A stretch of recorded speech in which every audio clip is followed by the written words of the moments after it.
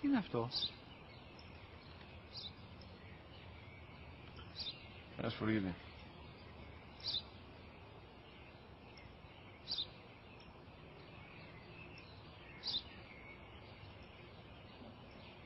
Τι είναι αυτό? Μόλις τώρα στο πατέρα, σφουργίτη είναι.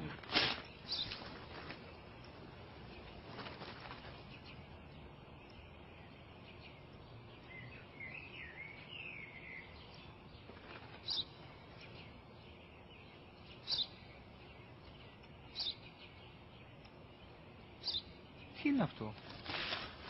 Ένα σπουργίτη είναι, πατέρα. Ένα σπουργίτη. Σπου-γι-τι.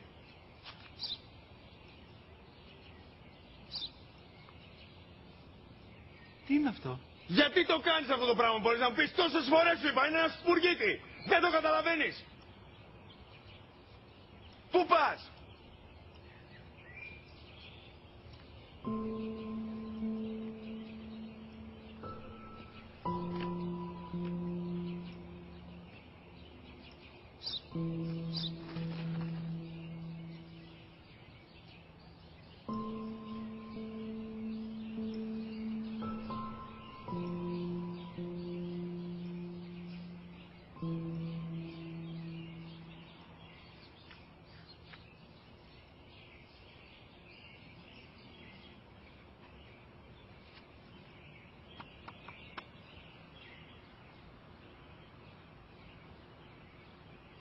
Δυνατά.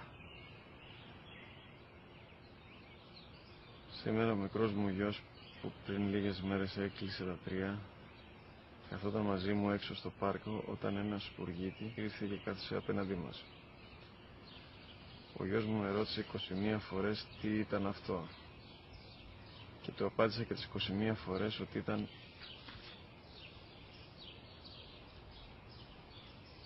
ένα σπουργίτη. Τον αγκάλιασα τρυφερά και τις 21 φορές που μου έκανε την ίδια ερώτηση, ξανά και ξανά, χωρίς να εκνευριστώ, νιώθοντας στοργή για το αθώο μου αγοράκι.